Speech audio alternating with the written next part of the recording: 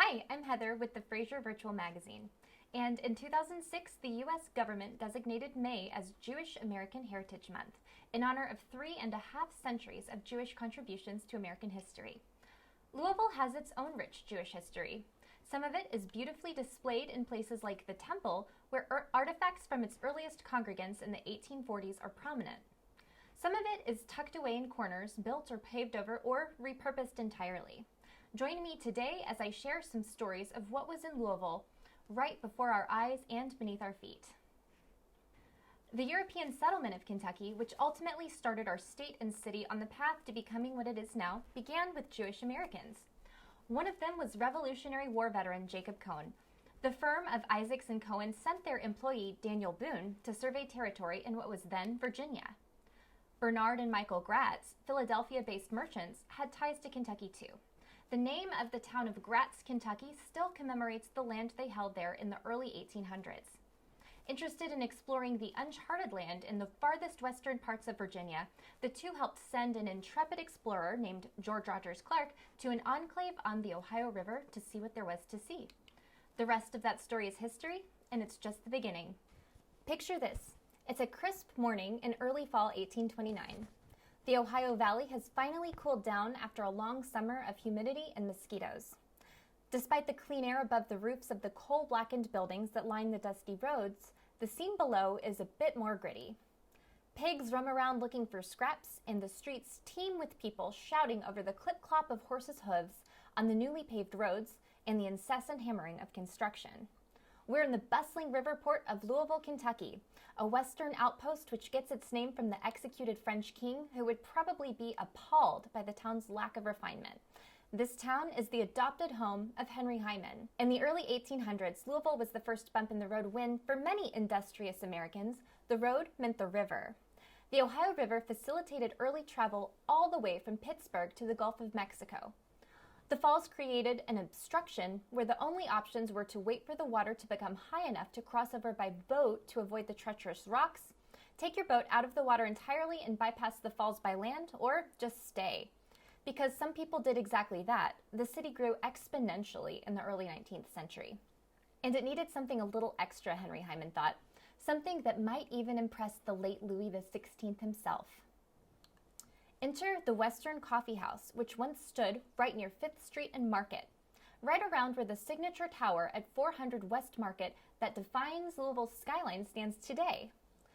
The coffee house was owned by Henry Hyman, originally of Berlin.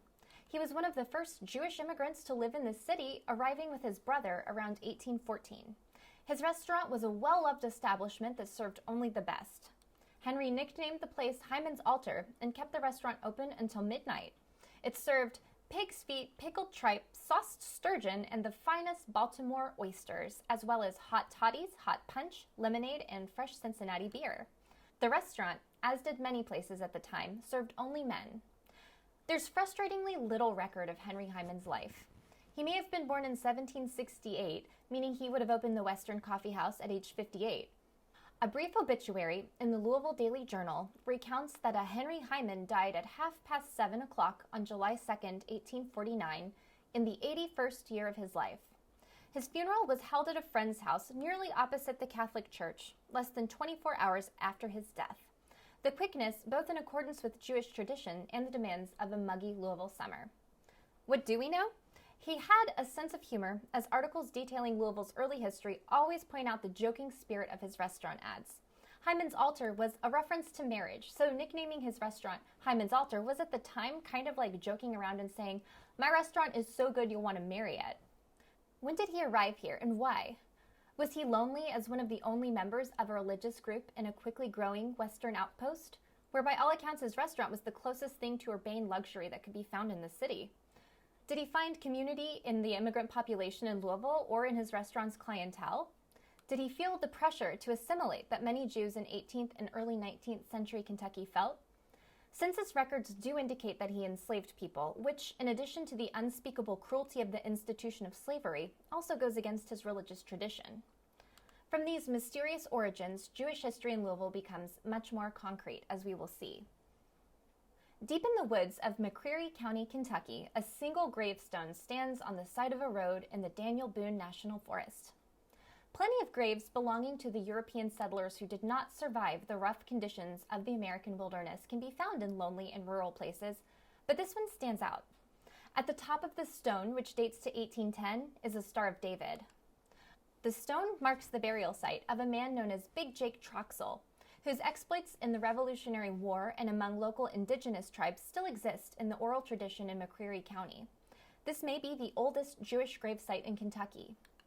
It took decades for Kentucky to gain a large enough Jewish population to finally be able to have all of the things needed to effectively practice their religion in the New World.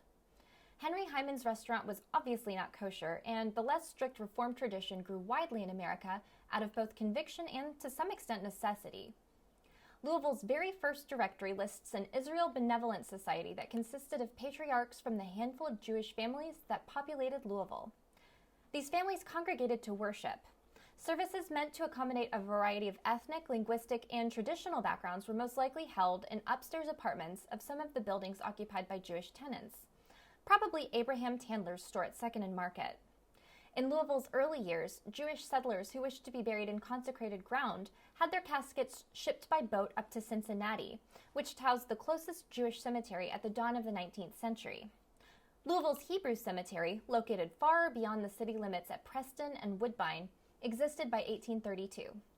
The first person buried there, according to historian Herman Landau, was probably someone named Mrs. Crumlin, originally of Philadelphia. Between 1820 and 1880, 150,000 Jewish immigrants left Germany to settle in the United States.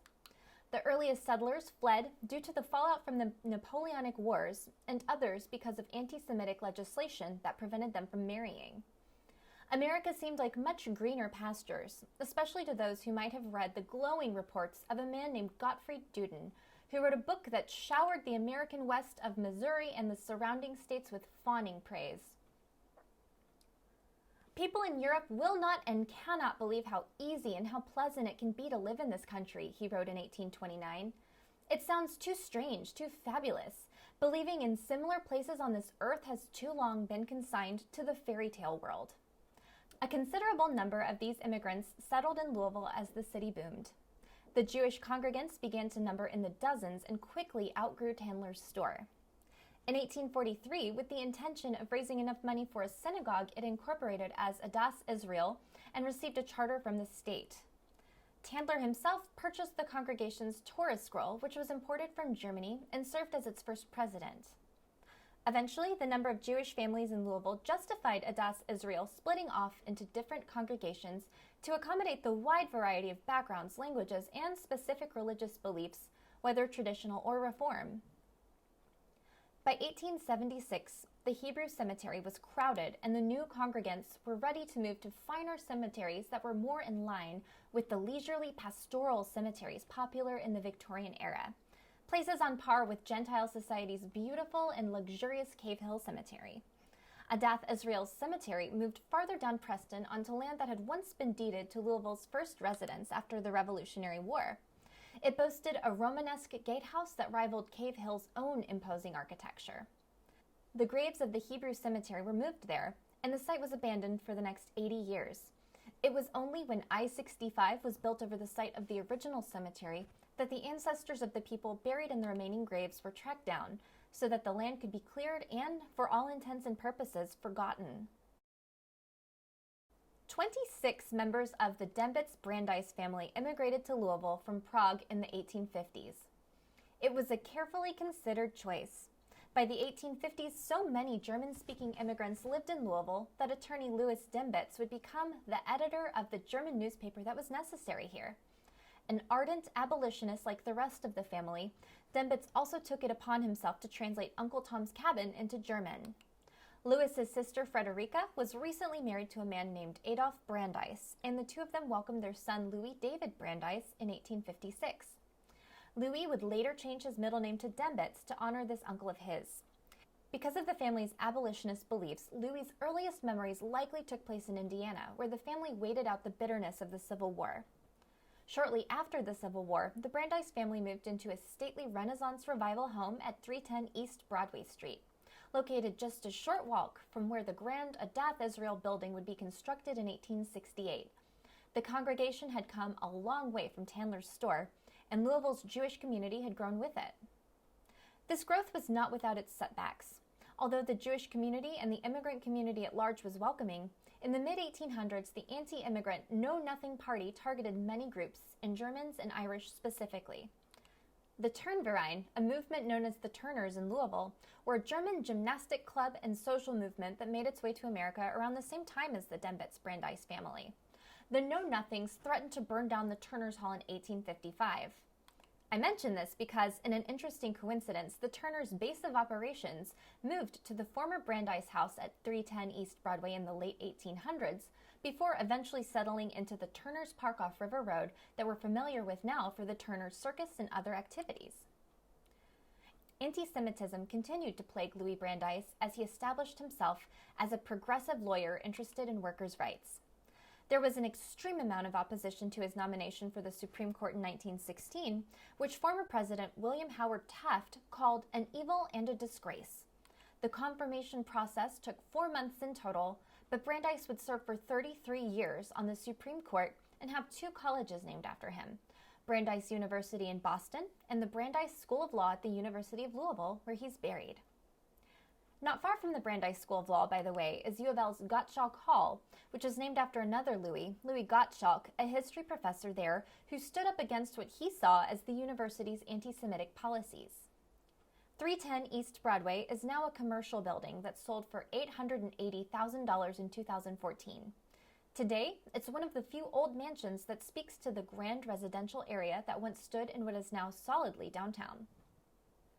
August 1883.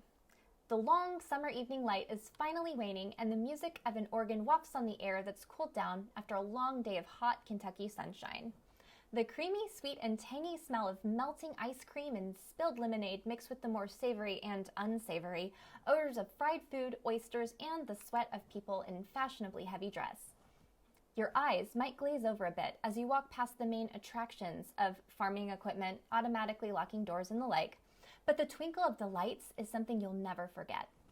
Thousands of incandescent bulbs looking every bit as magical and otherworldly as the illustrations in the William Blake book you once saw at school.